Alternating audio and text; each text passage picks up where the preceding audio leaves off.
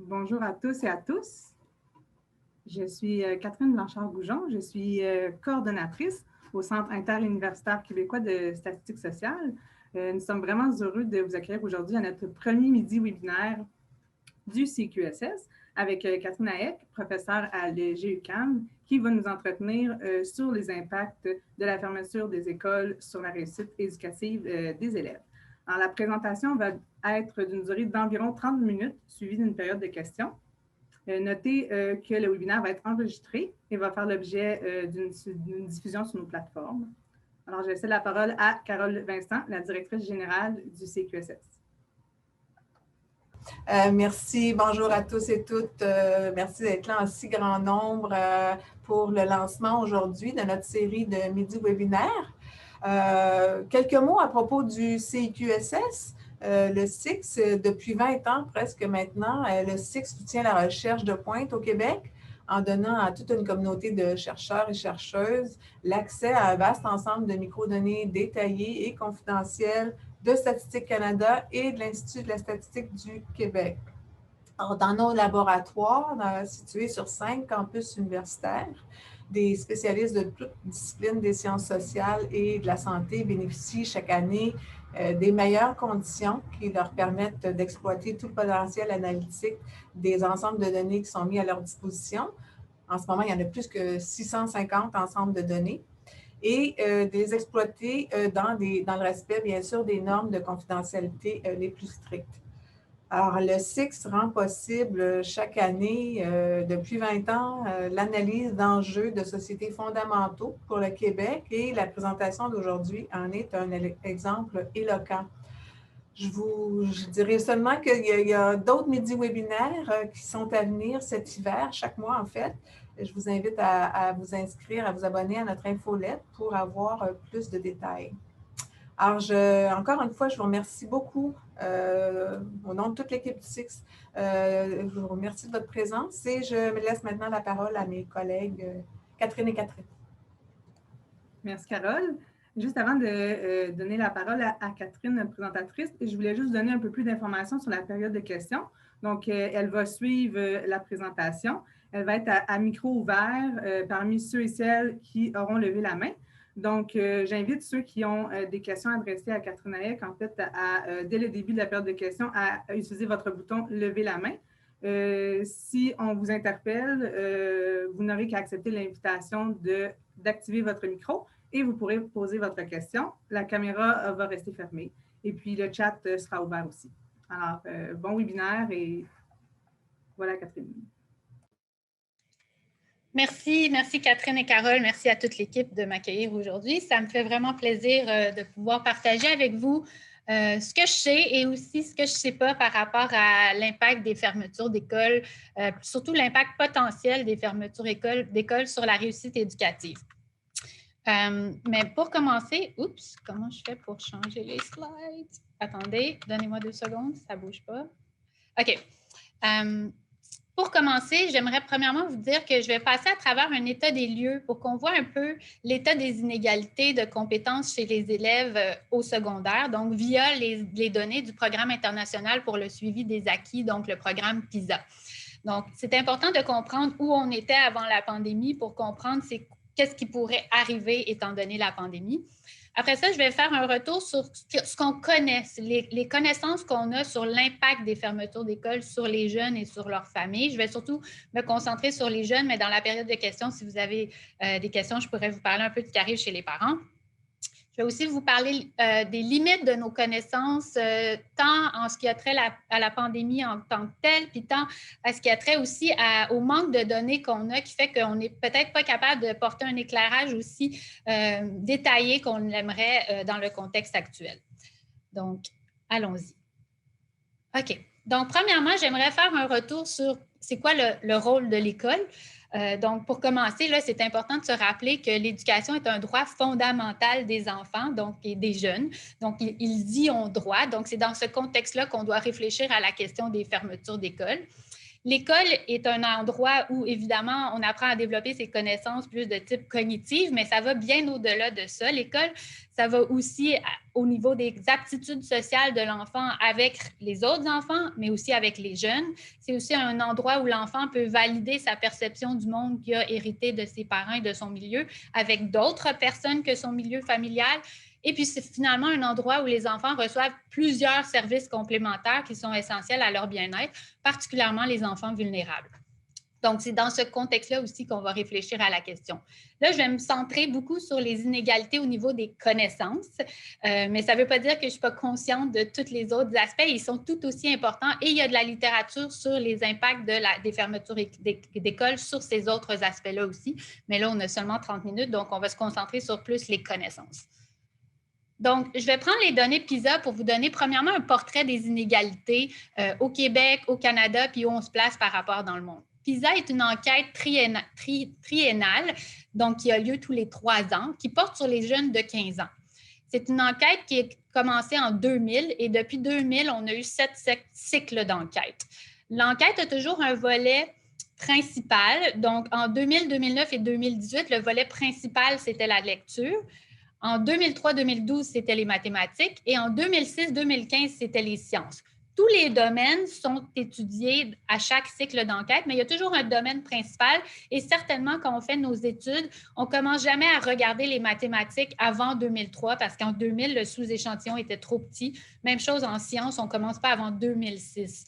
Donc, on commence au moment de la première année d'enquête où le domaine était étudié de manière plus détaillée.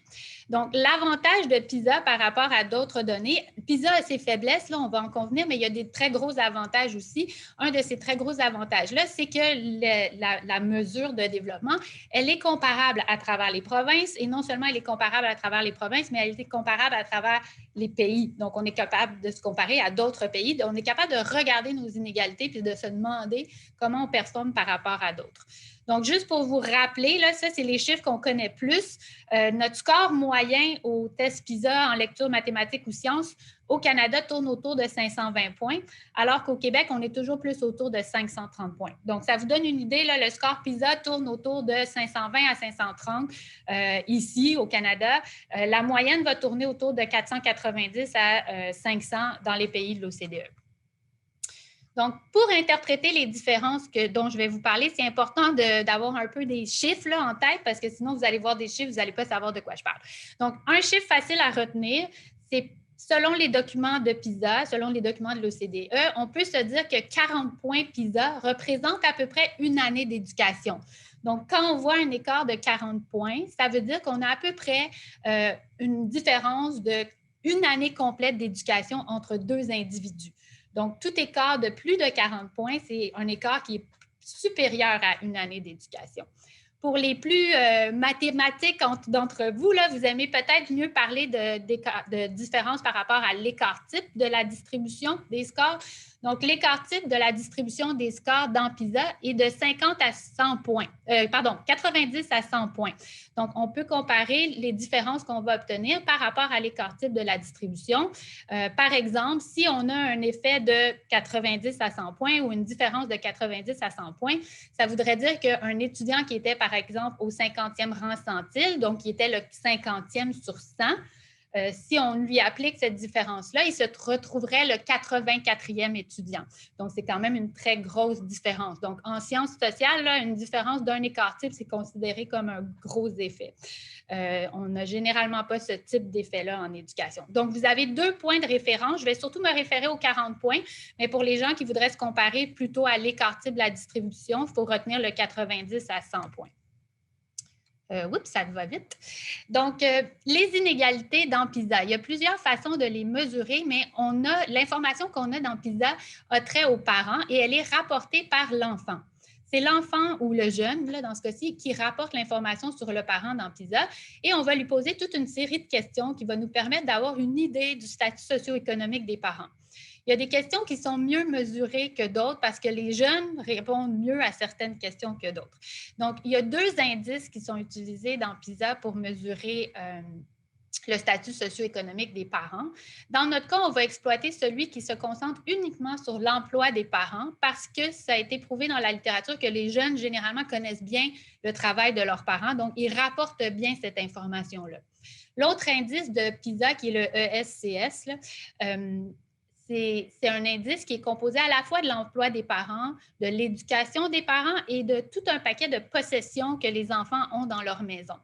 L'éducation est généralement moins bien rapportée par les jeunes, l'éducation des parents là, est généralement moins bien rapportée. Donc, c'est un indice qui bouge plus. On le voit d'une année d'enquête à l'autre, il y a beaucoup de variabilité.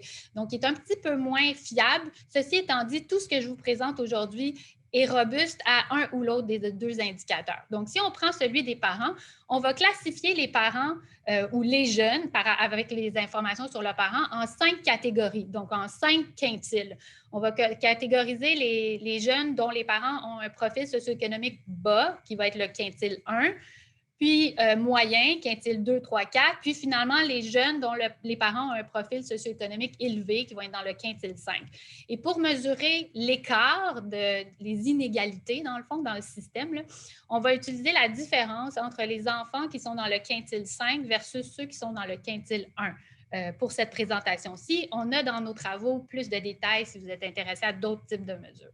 Donc, si on s'intéresse à l'écart entre les deux jeunes que vous voyez sur ma diapositive ici, et là, c'est ma diapositive la plus lourde, mais restez avec moi, je vais vous expliquer comment la lire. Ce n'est pas si compliqué que ça. Donc, premièrement, on a à votre gauche la lecture, à votre droite les mathématiques.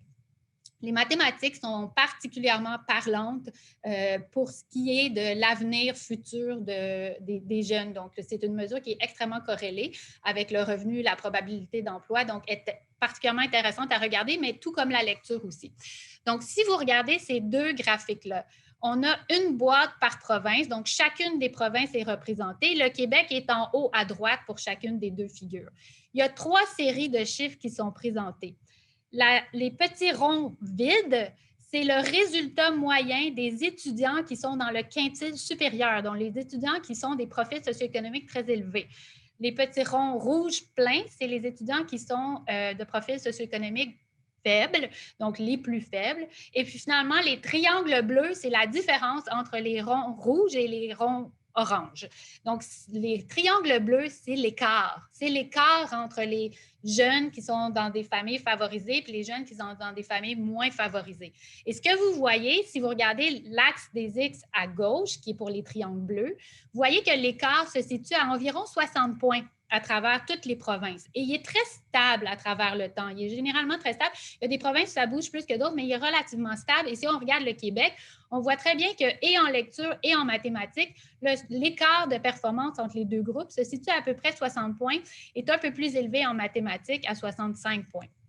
Donc ça, si vous vous rappelez, tantôt, je vous parlais du fameux 40 points, là, ça veut dire que l'écart de performance entre les jeunes de statut socio-économique élevé et faible est de plus d'une année d'éducation. Donc ça, c'est un écart qu'on a même avant que la pandémie embarque. Et c'est un écart qui est important, qu'il faut prendre en considération, puis il faut mettre des mesures en place pour y remédier.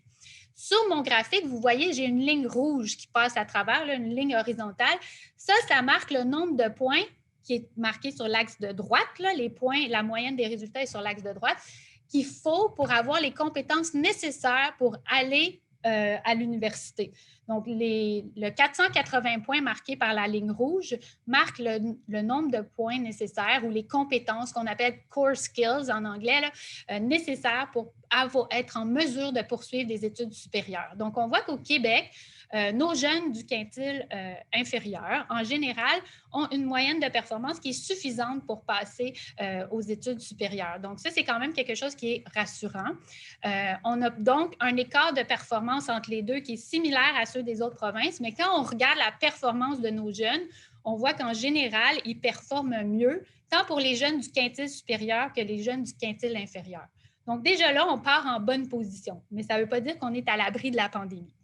Donc, si on passe à la diapositive suivante, Juste pour vous donner une idée de où on s'y situe par rapport au monde, là, donc si on regarde les pays qu'on a tendance à regarder comme des modèles, par exemple la Finlande, si on regarde en haut à gauche, en haut, on a la moyenne des résultats et en bas, on a l'écart que je présentais tantôt, là, les petits triangles.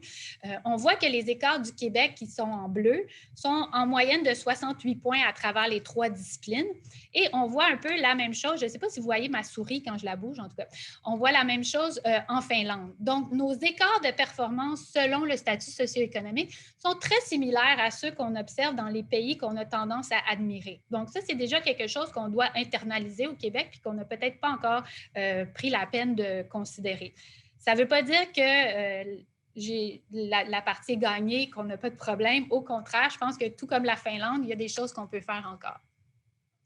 Donc, si on pense aux fermetures d'écoles durant la pandémie, donc les fermetures d'écoles ont duré 3,2 mois en moyenne, là, ou 70 jours, dépendamment comment on veut compter. Et c'est sûr qu'il y a eu de l'enseignement virtuel, mais dépendamment des écoles, des enseignants, ça a été, somme toute, assez limité. Le problème qu'on a quand on veut penser aux impacts de la pandémie sur les jeunes, c'est qu'on observe la pandémie. Donc, mes petits bonhommes en bleu là, sont ceux qui ont été affectés par la pandémie à l'école. Donc, on observe nos jeunes au printemps. Mais ce qu'on veut savoir, c'est qu'est-ce qui va se passer avec eux? Bien, nos jeunes de 15 ans, est-ce qu'ils vont graduer? Nos jeunes qui sont à l'université, qu'est-ce qui va se passer avec eux sur le marché du travail? Donc, on veut aller dans le futur. Donc, mais là, il y a juste 9 mois qui s'est passé. Donc, je ne peux pas faire des miracles. Je n'ai pas de boule de cristal.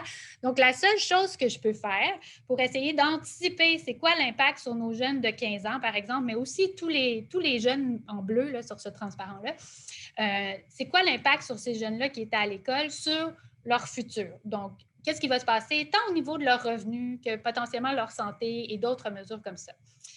Donc, on va se référer à la littérature passée qui va nous donner des informations sur ce qui pourrait arriver dans le futur.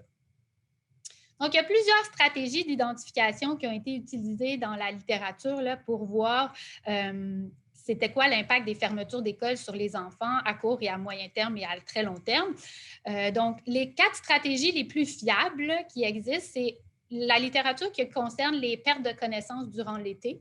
Donc, ils vont regarder ce qui se passe durant l'été, sachant qu'on peut mesurer les acquis à la fin de l'année, puis on peut remesurer les acquis au début de l'année.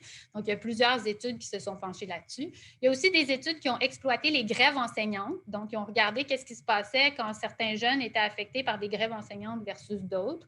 Une étude que je vais citer particulièrement, c'est celle de Jaume et Whelan en 2019, une excellente étude qui a été sur des grèves très, très importantes. Donc, je vais revenir là-dessus, mais c'était des grèves de l'ordre de 88 jours en moyenne, donc ça se compare un peu à notre pandémie. Ensuite, il y a toute une littérature aussi qui regarde l'âge à l'entrée, donc il exploite les variations d'âge à l'entrée pour voir la différence entre les jeunes qui ont à peine quelques jours de différence, mais ils ont 1 an d'écart à l'école. Puis finalement, on peut regarder les études qui se sont penchées sur les pandémies passées. Donc, ils regardent certaines pandémies qui ont eu lieu il y a longtemps. Donc, ici, je vais me concentrer sur la polio là, et qui ont suivi les gens à travers le temps. Donc, le sommaire que je peux vous donner de ça, là, parce que je ne peux pas passer à travers chaque étude, mais ce qu'on peut retenir, c'est qu'en général, des fermetures d'écoles vont avoir des impacts négatifs sur la persévérance et l'acquisition de connaissances. Donc, on n'est pas surpris, les enseignants ne travaillent pas pour rien. Mais ce qui arrive des fois, c'est que les effets moyens vont être proches de 0 ou vont être négatifs, mais ne seront pas si dramatiques. Mais ce que ces différences-là vont masquer, c'est des différences importantes selon le statut socio-économique. Donc, quand on désagrège et qu'on ouvre la boîte, là, on réalise que les jeunes de statut socio-économique plus faible vont prendre beaucoup de retard, tandis que ceux de statut socio-économique plus élevé vont souvent s'en tirer presque indemnes. Dépendamment, évidemment, il y a des variations là aussi, là, mais il y a une grosse différence qui émerge. Dans le contexte particulier de la pandémie qu'on a ici, là, il y a l'accès aux technologies qui était différent selon le statut socio-économique. Donc, ça pourrait exacerber les écarts qu'on a eus. D'un autre côté, le fait qu'il y avait les technologies a pu compenser un peu les pertes. Ce n'est pas comme si ça avait été fermé complètement. Il y a eu certaines écoles, certains enseignants qui ont utilisé les technologies pour poursuivre l'enseignement. Donc, dépendamment de à quel point l'usage a été associé avec le profil socio-économique, ça pourrait avoir exacerber ou non les écarts. Il y a évidemment aussi la réaction des parents qui peut varier selon le statut socio-économique. D'un point de vue, il y a les parents plus éduqués qui pourraient vouloir s'investir plus. Il y a aussi les parents dont les emplois sont plus flexibles, qui ont plus la capacité de s'adapter. Il faut penser aussi, par exemple, si on pense aux mères monoparentales, ce n'est pas une question de volonté, c'est juste qu'à un moment donné, ils n'ont plus de temps. Donc, ça peut aussi là, jouer dans les écarts qu'on va observer, puis l'accroissement des écarts qu'on va observer. Donc, les effets, ce qu'on retient, c'est que les effets sont plus importants chez les enfants vulnérables. Donc, quand on pense aux fermetures d'écoles, puis beaucoup des gens qui prennent ces décisions-là n'ont pas des enfants vulnérables. Il faut qu'ils pensent aux enfants vulnérables quand ils prennent ces décisions-là. Il ne faut pas penser à l'enfant moyen qui arrive à s'en sortir indépendamment de si l'école est fermée ou pas.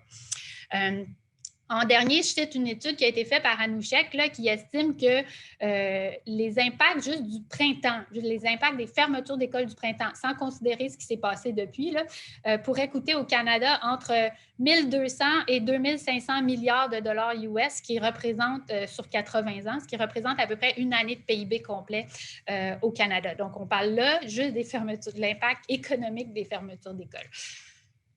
Donc, si on y va plus en détail et qu'on utilise les données passées, les études passées pour essayer d'estimer ce à quoi on pourrait s'attendre. Selon nos calculs, un arrêt de 3,2 mois, comme on a vu, on pourrait s'attendre en mathématiques et en lecture à une baisse moyenne des aptitudes de tous d'environ 1,4 mois. S'il n'y a eu aucune intervention. Évidemment, comme je disais, il y a eu certaines interventions. L'implication des parents ici est quand même prise en compte, mais elle est prise en compte dans la mesure où les études antérieures la prenaient en compte. Il est possible que dans le contexte particulier de la pandémie dans laquelle on était là, les parents aient réagi plus fortement qu'ils le feraient, par exemple, l'été, dans les études qui sont faites sur l'été.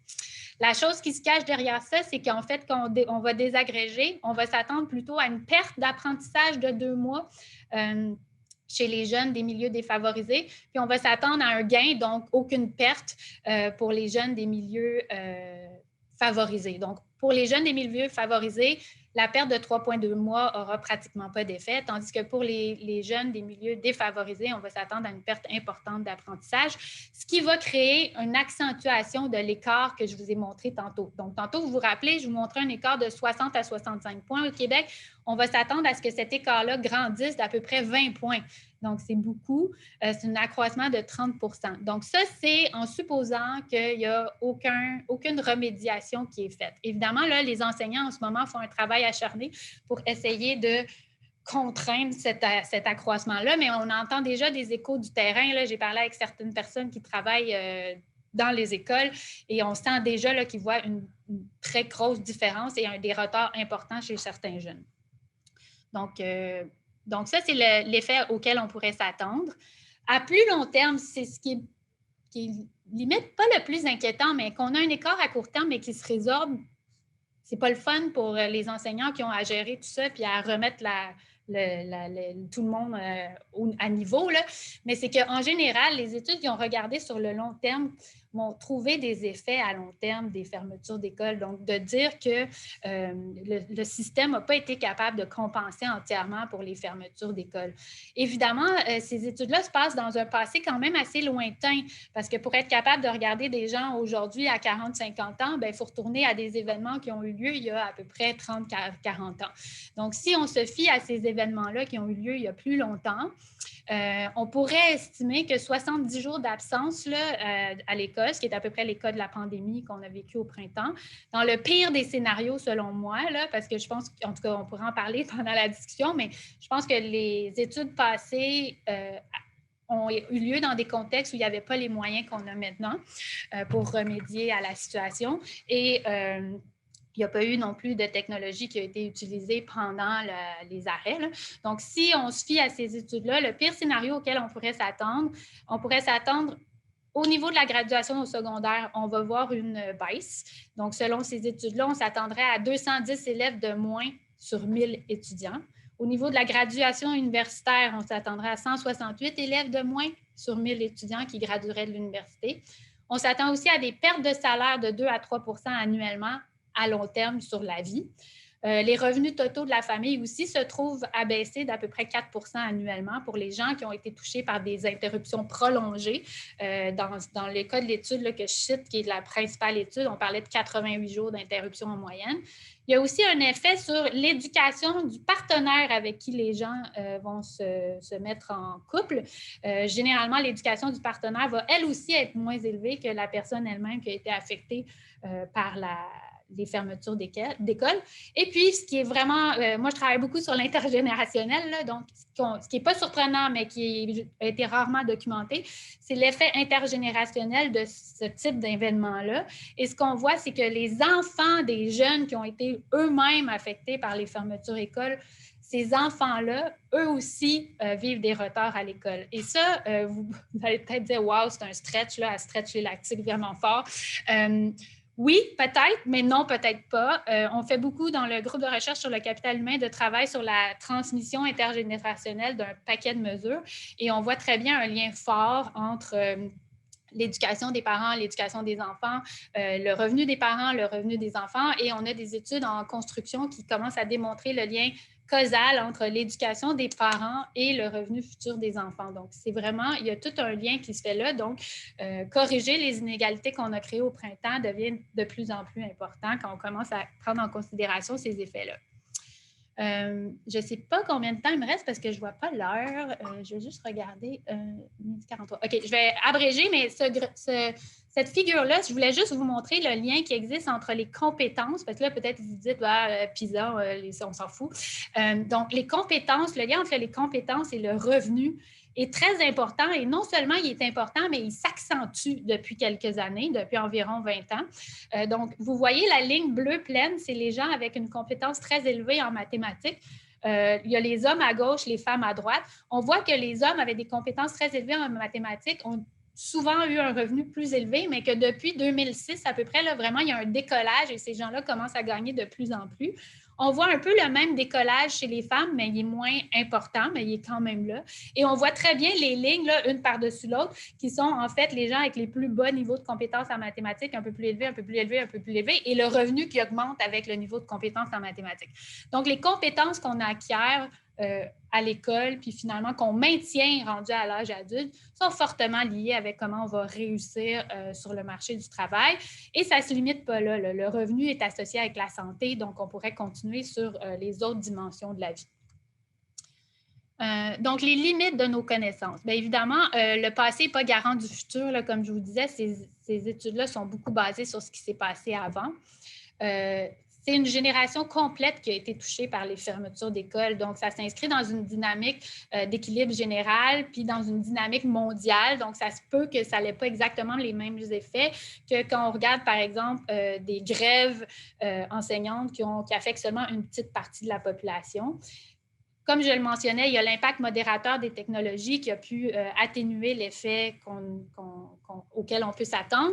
Mais j'aimerais aussi amener votre attention sur l'impact de l'enseignement virtuel complet là, au primaire et au secondaire. En général, les quelques études qu'il y a là-dessus, ils ne sont pas encourageantes. Donc, je vous invite à lire l'étude de Escueta 2021 qui est extrêmement bien faite et qui revoit un peu toutes les bonnes études qui ont trait à la technologie, donc celles qui sont basées sur des designs fiables.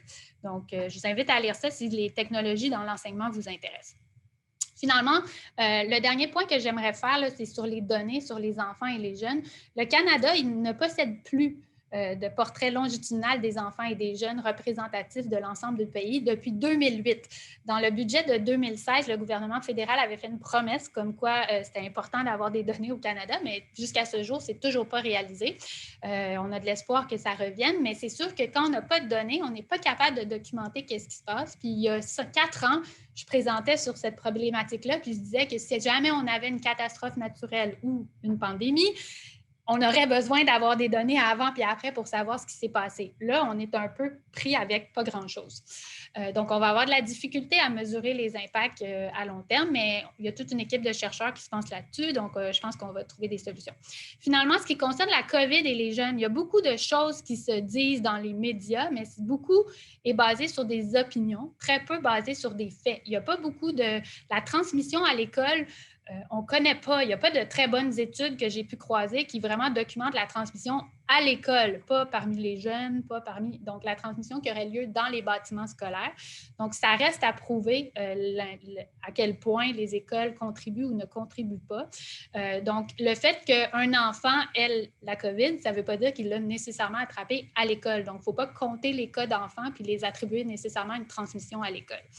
Et puis finalement, il y a de plus en plus d'études qui montrent que les enfants, surtout les jeunes enfants, transmettraient moins bien le virus. Donc, il y a une dynamique aussi qu'il faut réfléchir selon l'âge des enfants, donc pas mettre tous les enfants dans le même bateau. Finalement, je vais conclure là, parce qu'il ne me reste plus beaucoup de temps, mais ce qu'il faut réfléchir quand on pense à la pandémie, c'est que les enfants les plus vulnérables sont affectés. Il n'y a pas de doute là-dessus. L'étendue de l'impact sur leur vie reste à documenter, mais il n'y a aucun doute qu'ils vont avoir été affectés. Il est impossible de les dédommager pour les dommages qu'on aura causés pendant le printemps. Donc, dans la mesure du possible, c'est sûr que c'est important de garder les écoles ouvertes le plus possible, étant donné les mesures ou l'état de la situation. Ça, c'est la santé publique seulement qui peut évaluer ça. C'est pas moi, je ne suis pas épidémiologiste, mais il n'y a pas de meilleur moyen d'aider les enfants que de garder les écoles ouvertes puis de laisser les enseignants faire leur travail et de supporter les équipes écoles pour qu'elles puissent se concentrer sur les besoins des enfants. Donc, de penser que l'école virtuelle serait une bonne stratégie, là, c'est un peu hasardeux pour toutes les raisons que je vous ai citées précédemment. Donc, dans le contexte actuel, étant donné les inégalités qu'on a, étant donné la fermeture importante qu'on a déjà eue, il faut penser à tout ça avant de prendre des décisions hâtives. Donc, et je vais conclure en disant que l'écart existait avant, il va exister après, il va être probablement plus important. Et donc, il faut penser éventuellement à des mécanismes pour essayer de réduire les écarts qu'on a entre les jeunes de familles plus défavorisées et les jeunes de familles plus favorisées. Et ça passe probablement par des interventions en petite enfance. Donc, je vous remercie. Je vais arrêter là et laisser des questions, une période de questions. Merci beaucoup, Catherine. C'était super intéressant. Donc, j'invite les gens qui souhaitent prendre la parole au micro à lever la main. Et puis, alors, j'ai une première question de Pierre, puis après ça, je vais aller, j'en ai une aussi dans le chat. Donc, Pierre, je vais vous permettre d'activer votre micro et vous pourrez parler. Vous pouvez y aller, Pierre. Bonjour. Une information supplémentaire qui ajoute à toutes les informations données par Catherine. Si on prend le dernier épisode 2018, on a dans l'épisode pour le Québec le nombre d'heures d'enseignement par semaine, le nombre de jours d'enseignement par semaine, le nombre d'heures par semaine, c'est environ 27 heures. Et si on fait 27 heures, il y a plus que ça. Puis on demande aussi aux jeunes combien de temps ils mettent en moyenne pour étudier. Donc, si on fait la somme des deux, le 27 heures d'enseignement et en moyenne, c'est 18 heures par semaine consacrées aux études. Alors, si on fait la relation avec les points PISA, une heure correspond à environ 11 points. Alors, donc, surveiller les enfants, c'est important de les inciter à travailler devant leur écran ou ouvrir leur manuel, puisque ça donne des points PISA lorsqu'on va pouvoir à nouveau faire ça. Une autre truc sur lequel a terminé Catherine, au Québec, de façon générale, tout le monde dit qu'à l'école, il y a plein de COVID à l'école. Alors qu'aux États-Unis, ceux qui sont les plus fervents avec leurs commentaires, ce sont des économistes académiques aux États-Unis et un certain nombre de gens qui sont dans les facultés de médecine, qui sont des académiques. Et dans le fond, ce qu'on dit aux États-Unis, et c'est le Washington Post qui reçoit souvent ces médias, on dit on n'est pas capable de montrer parce qu'on ne teste pas jamais rien à l'école. Alors donc, l'école n'est pas un transmetteur de pandémie, sauf de façon complètement exceptionnelle. Et en pandémie, la vraie décision politique à prendre, que les politiques doivent prendre, on doit mettre en balance, faire un arbitrage entre le risque et les bénéfices. Et au Québec, c'est comme si on disait les bénéfices, ils sont nuls. et les risques sont très importants. Ce qui est très étonnant quand on regarde les études. Il y en a des études, malgré ce que Catherine a dit. En Europe, on a fait beaucoup d'études sur la transmission à l'école et en général, tous les types de transmission, élève à élève, élève à professeur, professeur à élève, secrétaire à élève, celui qui fait le ménage, ainsi de suite, et on trouve absolument très, très peu de transmission à l'école. Merci, Pierre. Oui. Non, effectivement, là, la littérature qui existe en Europe, elle semble supporter l'idée qu'il n'y a pas beaucoup de transmission, mais mon point, c'était plus sur le fait qu'ici, on n'a pas fait d'études avec nos super données de la santé publique, donc il faut se fier à ce que le gouvernement peut faire, mais comme ils ont les bras pleins, je ne sais pas à quel point ils sont capables d'analyser, ils ont le temps d'analyser comme des chercheurs pourraient peut-être le faire si on nous donnait la chance de les aider. Donc, au Québec, à ma connaissance, on n'a pas vraiment d'analyses qui ont été faites par des chercheurs sur la transmission à l'école, pas juste la transmission parmi les jeunes. Merci, Catherine. Une question dans le chat. Comment le PISA prend en considération le décrochage scolaire? Le décrochage scolaire, bien, en fait, c'est que ce qu'il faut penser, là, c'est l'échantillon de référence de PISA, c'est les enfants de 15 ans. Donc, tous les enfants de 15 ans sont échantillonnés. Théoriquement, tu n'es pas supposé avoir décroché avant 15 ans. Le taux de réponse au Québec est à peu près de 86 %. Là, je l'avais sur mes transparences. Il y a certains pays que c'est plus haut que ça, mais il y en a aussi que c'est plus bas que nous. Donc, c'est sûr qu'il y a peut-être un petit pourcentage qui n'a pas répondu, mais en termes de décrochage, on est à l'âge où le décrochage ne devrait pas encore avoir eu lieu.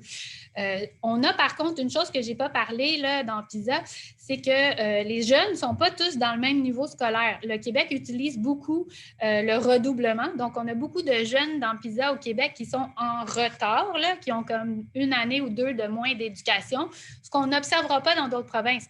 Dans d'autres provinces, comme par exemple l'Ontario, tous les jeunes sont en grade 10. Ce qui équivaut à, grade 10, c'est l'équivalent de secondaire 4 chez nous. Tous les jeunes sont en secondaire 4, tandis qu'au Québec, on a beaucoup de jeunes qui sont en secondaire 4, mais on en a aussi beaucoup qui sont en secondaire 3 parce que notre âge d'entrée est différent. Donc, on a un grand pourcentage qui a une année complète d'éducation de moins que les autres provinces et malgré tout, on performe très bien. Et on a des jeunes, nous, qui sont en grade 8 ou même en grade 7 des fois. Donc, on a beaucoup de jeunes en retard, ce qui nous donne à penser que notre échantillonnage est en fait très représentatif des jeunes sur le terrain. Là. On n'a pas exclu les jeunes qui ont de la difficulté. Au contraire, dans l'étude que Pierre et moi, on a fait, on inclut tous les jeunes, tous ceux qui sont en retard. On n'a fait aucune restriction sur le niveau scolaire des jeunes. Donc, les jeunes Québécois, en général, ont moins d'années d'éducation. Malgré tout, ils performent très bien. Super, merci Catherine. On a une question de Josiane Asselin. Donc, Josiane, je vais vous permettre de parler et d'activer votre micro. Oui, est-ce que vous m'entendez? Oui, très bien. Merci, Catherine, pour la présentation. C'est super intéressant. Là, j'ai essayé de prendre des notes. J'ai eu des petites coupures d'Internet, donc j'espère que mes questions conviennent. Tout d'abord, j'ai pu comprendre que c'était enregistré, donc c'est super. Je vais pouvoir réécouter là, quand mon Internet va aller mieux. Quand on dit que tous les élèves de 15 ans sont inclus à l'étude, je voulais savoir si ça incluait les élèves autochtones du Québec, parce que souvent, on dit les élèves du Québec, mais on exclut parfois ceux qui sont dans notre réseau ou ceux qui sont dans les écoles de bande, donc pas dans notre réseau. Ensuite, je voulais savoir rapidement le 3 % en lien avec les effets intergénérationnels. Est-ce que c'était 3 % de retard ou 3 % des élèves? Et dernière petite question, le lien pour Escueta et Al 2021, je voulais savoir si c'était possible de nous mettre la source dans le chat ou encore revenir à la page des bibliographies si jamais c'était déjà inclus dedans. Merci. Oui, donc pour la première question, là, les élèves autochtones, à ma connaissance, c'est les élèves qui sont dans le réseau, pas dans le réseau fédéral d'école. Donc, mais je ne mettrai pas ma main au feu là-dessus, là. Mais je sais qu'on a des élèves, je me doute qu'on n'a pas de... Dans PISA, on ne demande pas si un élève est autochtone ou non, en tout cas pas dans tous les cycles. Par contre, je sais qu'on a probablement ces élèves-là parce qu'on a beaucoup d'élèves, on a un petit pourcentage d'élèves qui est né ici, mais dont la langue principale n'est ni l'anglais ni le français et qui n'est pas immigrante non plus. Donc, ça donne l'idée que ce serait la population autochtone. Et quand on regarde ces élèves-là en particulier, leurs scores sont beaucoup plus bas que la moyenne des autres Canadiens. Donc, à travers le Canada, on observe ces élèves-là on ne peut pas avec assurance dire que ce sont des élèves autochtones, mais quand on recoupe les variables, ça nous donne une idée que c'est probablement la population autochtones incluses dans la base de données. Je ne pense pas qu'on a on a un portrait représentatif des élèves autochtones, puis le nombre devient tellement petit que je ne suis même pas certaine que d'un point de vue statistique, on pourrait faire des études juste sur eux, par exemple. Donc, oui, il serait inclus en partie, mais pas totalement. L'étude Escueta, je ne suis pas sur mon ordinateur, fait que je ne peux pas facilement vous donner la référence, mais si vous allez dans la référence, l'article de Pierre et moi qui est publié dans Canadian Public Policy, là, qui est là, Pandemic School Closures May Increase Inequality and Test Scores, si vous allez dans cette étude-là, l'étude de Escueta est citée. Elle est disponible sur notre site web, cette étude-là, gratuitement. Elle est aussi disponible sur le journal, mais là, ce n'est pas gratuit. Donc, vous allez retrouver l'étude de Escueta. L'étude d'Escueta, il y a un sommaire exécutif qui est quand même très bien écrit. Il y a tout le rapport détaillé là, qui est derrière ça, qui a été fait, entre autres, avec Phil Oreopoulos de l'Université de Toronto. C'est un des meilleurs chercheurs qu'on a au Canada en économie d'éducation. Donc, je vous invite à lire. La troisième question, c'était... le 3 le 3 c'est en fait, quand on parle des effets intergénérationnels, c'était 3 des élèves qui accusent un retard. Merci, Catherine. Les enfants qui ont été touchés par ces grèves-là, de 88 jours en moyenne. Parfait. Je vais y aller avec une question dans le chat et ensuite je vais aller avec Martha. Donc, Audrey Racine dans le chat demande, te remercie pour le webinaire, super intéressant. Elle te demande quel type de mécanismes peuvent être mis en place pour venir pallier, minimiser les écarts. Bien, ça, j'ai lu là-dessus, là, il y a eu, là, je ne me rappelle plus la source, là, en tout cas, il y a des stratégies qui existent comme des écoles d'été, il y a toutes sortes de stratégies qui ont été avancées, mais la vérité, là, c'est que quand on réfléchit à ça, on n'a pas les ressources humaines pour le faire.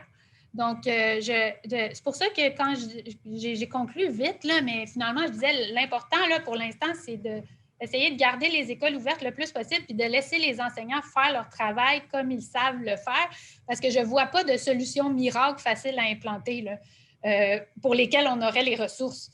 Puis quand on pense aux technologies, c'est sûr que si on gratte, là, on va trouver une intervention qui était miraculeuse, là, mais les gens ne sont pas formés pour l'utiliser. Donc, il y a ce qui est possible, puis il y a ce qui est réaliste, là. Il y a ce qui pourrait marcher, puis ce qu'on peut vraiment faire. Donc, c'est sûr qu'on peut penser à des écoles d'été, mais il faut que ça soit de qualité. Si c'est tout croche, ça ne vaut pas la peine. Puis, il faut que ça soit des écoles d'été qui soient intéressantes, qui soient dynamiques, là, parce que sinon, les jeunes, ils n'en pourront plus. Là. À un moment donné, il y a une limite à faire de l'école à n'en plus finir. Donc, la capacité à apprendre est limitée dans une journée. Là. Donc, chaque journée qu'on perd, on ne peut pas facilement la rattraper si ça s'accumule trop. C'est pour ça que je dis, dans la mesure du possible, il faut que la population essaie de contenir le virus pour qu'on puisse garder les écoles ouvertes. Je pense que les enseignants font des miracles en ce moment, il faut les laisser faire. Merci, Catherine. Alors, je vais donner la parole à Martha. Je vais vous permettre de parler. Bonjour, bonjour de Bruxelles. Est-ce que vous m'entendez? Oui, bonjour. Hey, ça fait plaisir. Bonjour Catherine. C'est un plaisir encore de te voir et que tu fasses ce partage magnifique de tes connaissances dans la matière et de cette révision de la littérature, même si c'est quelque chose qui est arrivé très, très récemment. Je voulais te poser une question sur, entre parenthèses, mes connaissances de PISA en détail. Mais la piste que tu donnes, que l'école virtuelle n'est pas la solution miracle comme on l'aurait voulu, ça me fait penser, est-ce qu'une fois dans PISA, est-ce qu'une fois qu'on élimine l'effet pervers de ne pas avoir accès par exemple, à des ordinateurs et à des réseaux à IT pour avoir accès à des connexions. Est-ce qu'on, une fois qu'on envoie cet effet pervers qui limite l'accès des élèves plus vulnérables, est-ce que l'éducation digitale ou virtuelle n'arrive pas quand même à level the playing field entre élèves plus vulnérables provenant de familles avec moins de ressources socio-économiques? Est-ce qu'elles ne sont pas plus niveler les résultats une fois qu'on a corrigé les effets pervers de ne pas avoir accès parce qu'en Europe, les gouvernements se sont efforcés de donner accès par exemple, ils ont distribué des ordinateurs parmi les familles les plus vulnérables, certains gouvernements, pour essayer de contrebalancer cet effet pervers. Oui, ben, écoute, je vais répondre en 3 temps. Il y a 3 choses qui est important de considérer. Premièrement, donner accès à des ordinateurs ou à la technologie, il y a toute une littérature qui se penche là-dessus dans les milieux très, très défavorisés, même les pays en voie de développement. Ce que je retiens de ma lecture, je vais être très modeste sur ça, là, parce que j'ai lu beaucoup de choses, mais je n'ai pas tout lu, là. Donc, ce que je retiens de ça, c'est que donner seulement un ordinateur comme tel, ce n'est pas assez pour générer des bénéfices au niveau de l'éducation. Il faut aussi offrir un programme qui permet aux jeunes d'apprendre à l'utiliser, de l'utiliser dans un contexte d'apprentissage, des programmes d'intervention où il y a des petites activités prévues, tout ça. Donc, l'ordinateur tout seul, ce n'est pas suffisant. Il faut que l'ordinateur soit accompagné d'un programme éducatif. Donc, ça, c'est dans les milieux défavorisés, très, très défavorisés, pays en développement. Si on pense à le contexte de la pandémie, si le choix, c'est entre école fermée, on ne fait rien, et école fermée, mais on donne un accès puis on fait un certain niveau d'enseignement à distance, il n'y a pas photo, là. C'est sûr que c'est mieux de faire un enseignement virtuel. Il y a des gains qui peuvent être faits. Puis c'est sûr que de donner accès à tous, donner les outils qu'il faut, c'est important. Puis je pense que de ce côté-là, ici, on n'a peut-être pas été assez proactif de ce côté-là, particulièrement au Québec, durant le printemps. Donc, donner accès à la technologie comme ils l'ont fait en Europe pour, quand on n'a pas le choix de fermer, avoir une voie alternative pour continuer à enseigner, c'est sûr que c'est une bonne voie d'intervention. Là où j'essaie de faire un point, c'est que les quelques études qui sont vraiment juste sur... de type expérimental, assez fiable, où on a fait vraiment juste de l'enseignement à distance, complètement de l'enseignement à distance, et on compare ça avec un enseignement en présence. Ce qu'on retient de ça, mais beaucoup de ces études-là ne sont pas faites chez les enfants, sont souvent faits chez plutôt les jeunes adultes, et on réalise qu'il faut certaines compétences pour bien réussir dans un mode complètement virtuel, dont être autonome, être à son affaire, qui sont des caractéristiques qu'on va typiquement observer chez un adulte, pas chez un enfant de 7 ans. Donc, l'enseignement complètement virtuel chez les enfants plus jeunes, ou même chez les adolescents, là, où là, il n'y aura pas de contact avec les autres jeunes, on n'a pas l'impression que ça a un effet bénéfique, même qu'il y a des études qui montrent que ça a un effet négatif, comparé avec un enseignement en présence. Par contre, une chose où la technologie, puis dans l'étude d'Escueta, il en parle, là, compléter l'éducation en présence avec de l'éducation virtuelle, avec différentes interventions de type virtuel, ça peut être bénéfique. Donc, une espèce de programme mixte, là, ça peut être en fait bénéfique ou équivalent à l'enseignement complètement en classe, si on veut. Donc, il y a vraiment trois dimensions, là. Il y a accès à la technologie dans les pays en développement, accès à la technologie, faute d'avoir mieux, étant donné qu'on n'a pas le choix de fermer. Puis, si on peut ne pas fermer, il reste qu'en présence est plus efficace que totalement virtuel. Puis ça, c'est sans compter, là, on parle juste du développement cognitif, là, mais ça fait abstraction de tout. Il y a eu des études sur les services rendus aux enfants. Là, quand l'école ferme, les services alimentaires sont arrêtés, les services de détection et protection de la jeunesse sont arrêtés. Il y a tout un paquet d'autres services qui commencent à être interrompus, qui affectent directement les enfants vulnérables. Et aussi, si ça vous intéresse, on a des travaux qui regardent l'effet sur le travail des parents. Donc, ça a un effet sur le revenu qui peut avoir aussi un effet sur les enfants. Donc, il faut faire vraiment attention à ce qu'on fait parce que l'école est imbriquée dans toute une mécanique familiale. Merci, Catherine. Je vais aller dans une question chat et ensuite donner la parole pour FG. Donc, une question du chat. Quel lien entre le statut socio-économique étudié dans votre étude et les écoles privées versus publiques? Écoutez, moi, je n'ai pas fait d'études sur les écoles privées, les écoles publiques. Pierre, qui était là, s'y connaît vraiment mieux que moi. Il aurait pu en parler. Si on pense au contexte de la pandémie, là, c'est sûr qu'il y a les écoles publiques, les écoles privées semblent avoir réagi beaucoup plus rapidement, avoir utilisé la technologie beaucoup plus rapidement. Donc, il est probable qu'on ait eu une accentuation des inégalités qui va être due à cette réaction différenciée entre les deux réseaux. En Ontario, tout le réseau public s'est mobilisé rapidement. Ici, on a eu comme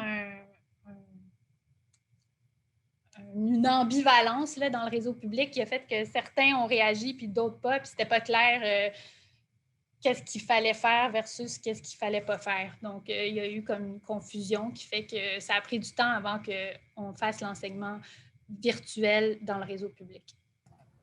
D'accord, ensuite, je vais donner la parole à FG. Vous pouvez ouvrir votre micro. Alors, merci Catherine pour ta présentation. Je trouvais ça fort intéressant. Écoute, on remarque dans la présentation que les jeunes qui proviennent d'un milieu privilégié n'ont pas de perte en termes de mois d'apprentissage et continuent à maintenir le rythme.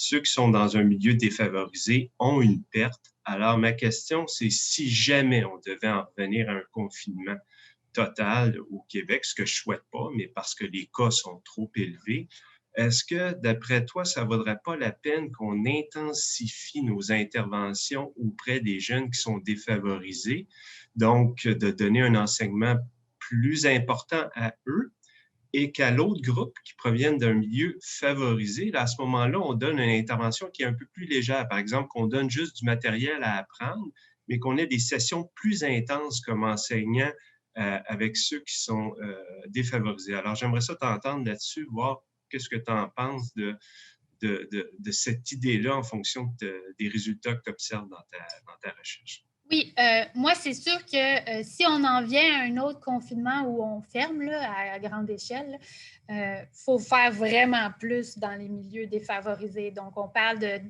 d'augmenter l'accès à la technologie, donner l'accès à l'Internet. Durant le printemps, c'était surtout Montréal qui était confiné, là, en gros, parce que les écoles ont réouvert ailleurs. Il n'y a pas de problème d'accès à l'Internet. Là, on aurait pu donner accès. On n'est pas en région full éloignée qu'on n'a pas accès à l'Internet. Donc, il y avait une possibilité là, puis elle existe encore si on en venait à une situation comme celle-là. Donc, oui, j'intensifierais les interventions auprès des milieux défavorisés. Puis, on les connaît, on le sait, c'est lesquels. Les enseignants sur le terrain, les directions d'école, ils le savent, c'est qui les enfants défavorisés. Donc, oui, ça, mais pas juste ça. Je pense qu'on se doit de faire plus aussi au niveau de l'intervention. Là, j'ai entre autres une amie qui vit au Connecticut qui me disait que pendant le confinement, il y avait un service alimentaire qui allait qui arrivait à l'école, là, puis il donnait quand même l'aide alimentaire aux enfants, puis les familles venaient chercher tout ça. Donc, il faut vraiment essayer d'aller vers les familles plus qu'on le fait. Je sais que c'est plus facile à dire qu'à faire, mais il y a certaines choses qu'on aurait pu faire.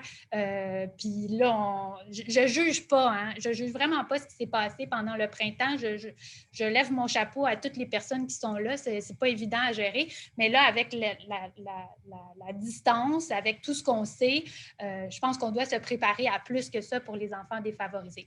Pour ce qui est de comme ralentir la progression des autres, je ne pense pas que c'est à notre avantage. Je comprends que c'est à notre avantage pour maintenir l'écart plus petit, ça je comprends.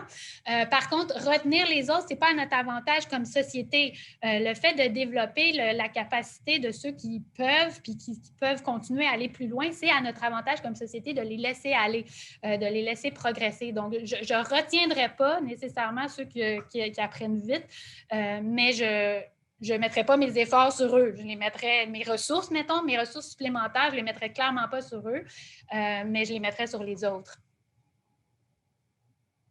Merci, Catherine. Je sais pas si ça répond, mais... Une question dans le chat. Et puis, attends que je retrouve. Désolée, ça descendait. Alors, on posait la question, parmi les études montrées, est-ce qu'il y en a qui concernent les élèves issus de l'immigration et ou ceux qui apprennent une nouvelle langue de scolarisation? Les études sur les fermetures, là, j'imagine qu'on parle. Non, déjà, il n'y a pas tant de bonnes études que ça. Là. Il y en a, là, mais il n'y en a pas tant que ça. Je n'ai pas souvenir qu'il y en avait qui regardaient spécifiquement les jeunes issus de l'immigration. Beaucoup de ces études-là, je les ai lues cet été. Là, fait que je ne me rappelle pas qu'il y en avait qui étaient spécifiquement sur les jeunes issus de l'immigration.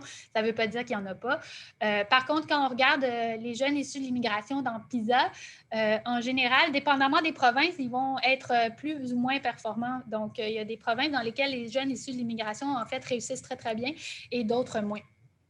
Merci. Je me suis trompée. Il restait une petite question dans le chat. OK. Que pensez-vous de la mesure présente du gouvernement que les jeunes secondaires 3 sont ciblés comme une journée sur 2 en formule à distance hybride? Écoutez, c'est que je ne connais pas les données que le gouvernement a sur la transmission dans les milieux scolaires. Donc, c'est vraiment difficile de porter un jugement sur les décisions qu'ils prennent dans la mesure où on ne sait pas vraiment l'étendue de la transmission selon les niveaux d'études. On se doute, comme Pierre le disait, là, la littérature européenne suggère qu'en tout cas, du moins au primaire, là, il y a très peu de transmission. Puis il y a certaines études, une qui est sortie dans Pediatrics récemment sur les petits à la garderie, que là, vraiment, on ne voit pas beaucoup de transmission de l'enfant vers l'adulte. Mais au secondaire, c'est difficile. Je ne sais pas, je n'ai pas de données, fait que je n'arrive pas à juger de si c'était une bonne intervention ou pas, en admettant que la transmission était trop élevée puis qu'il y avait des évidences qui pouvaient leur permettre de conclure ça. Un mode hybride, c'est mieux qu'un mode complètement virtuel. Donc, c'était la bonne décision à prendre s'il fallait ralentir le nombre de personnes à l'école. Super, mais merci. L'idée qu'il y avait eu, il y a des gens qui disaient « Ah, pourquoi ils ne vont pas juste le matin, tous les matins, puis pourquoi c'est un jour sur 2? » C'est que ça limite les transports, les déplacements. Donc, si on est pour faire du moitié-moitié, c'est mieux d'y aller par journée. Super. Merci, Catherine. Merci pour ta présentation, pour l'échange. C'était super intéressant. J'ai eu plusieurs questions. En fait, la présentation ainsi que le webinaire vont être tout prochainement sur notre site web et notre fil Twitter. Donc, suivez-nous, vous allez avoir accès à tout ça. Merci beaucoup, ça m'a fait plaisir. Merci. Catherine. Merci à tous. Puis on se revoit en fait pour le prochain webinaire. Marquez-le à votre agenda, 19 janvier.